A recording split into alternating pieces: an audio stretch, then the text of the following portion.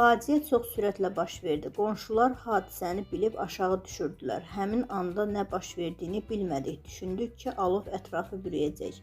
Baku Postası xəbər verir ki, bunu trendə dünən axşam saatlarında Yasamal rayonu Mirəli Seyidov küçəsində yanğın baş verən çoxmərtəbəli yaşayış binasının sakini jurnalist Heydər Mirzə deyib. O qeyd edib ki, evi binanın 12-ci mərtəbəsində yerləşir. Hadisə baş verəndə 5-ci mərtəbəyə dək özümüz düşdük. Daha sonra tüstüdən heç yeri görə bilmədik. Sonra geriyə yuxarı qayıtdıq. Sakinin sözlərinə görə tüstüdən qorunmaq üçün evin qapısını yaş dəsmallarla izolyasiya ediblər. Yanğının mənbəyi restoran olub. 2010-cu ildən binada yaşayıram. Loft restoranı 2 il öncə burada açılıb.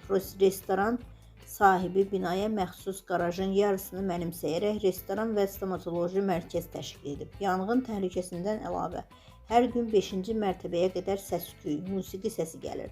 Heydər Mirzə vurğulayıb ki, bir ay öncə isə restoran hibrid maşınların elektrik doldurma dayanacağını quraşdıraraq generatoru zirzəmidə yerləşdirib. 3 gün əvvəl binanın baş ustası yanıq qoxusu ilə bağlı restorana müraciət etdikdə adamı döyüblər. Qeyd edək ki, ötən gün baş verən yanğında 3 nəfər həyatını itirib, 27 nəfər tüstüdən zəhərlənmə diaqnozu ilə hospitalizasiya olunub. Hazırda 7 nəfərin müalicəsi davam etdirilir.